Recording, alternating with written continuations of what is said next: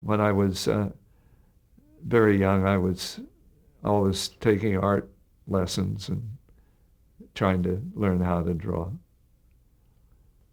But it was when I got out of high school in 1937 that I got out at Christmas time and I went back to spend 8 months working for my uncle Paul Terry, and it was the beginning of my training in the world of animation. Those first 8 months, actually, Terrytoons was down at 125th Street in New York City. It wasn't until later that they moved up to New Rochelle. But as I say, my uncle not only wanted me to learn the business, but he also wanted me to learn about life. He had me live in Greenwich Village in a basement apartment with two or three other cartoonists that were working in the studio too.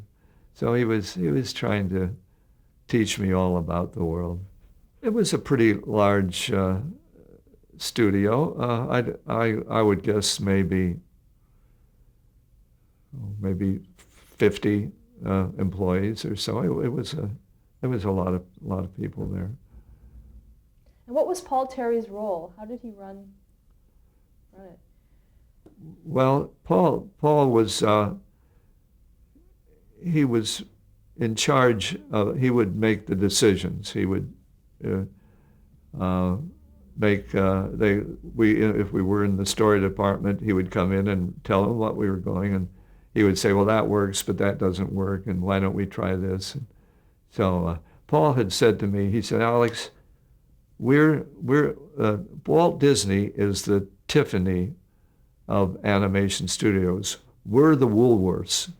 And so the idea was to find the quickest, fastest way to turn out cartoons. And we turned out at Terrytoons, they turned out 26 cartoons a year for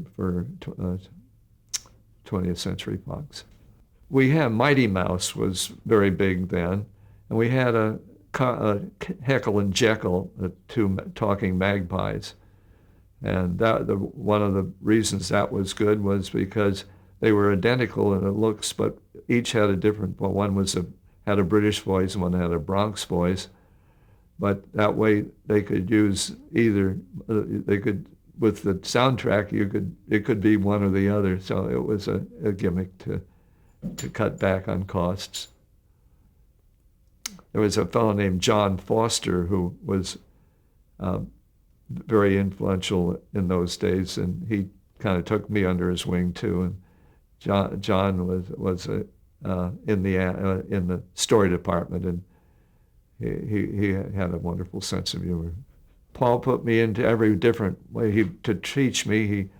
He had me work under the camera for a period, and another time I would go back different times, and I worked in the in-betweening, where you break down the artwork, and I worked in the story department, and I liked the story department best of all. It was the greatest opportunity for contributing something and not just doing something that somebody else had thought of.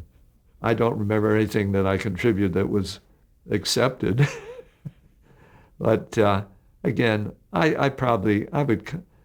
he was teaching me about how to have a gag file, and I developed a gag file. And I would, what you would do is just some bit of funny business that you would come up with. Say, why don't we have the duck slip and fall down, or do something? It was a learning process, but I felt that being a young kid, I thought I knew it all.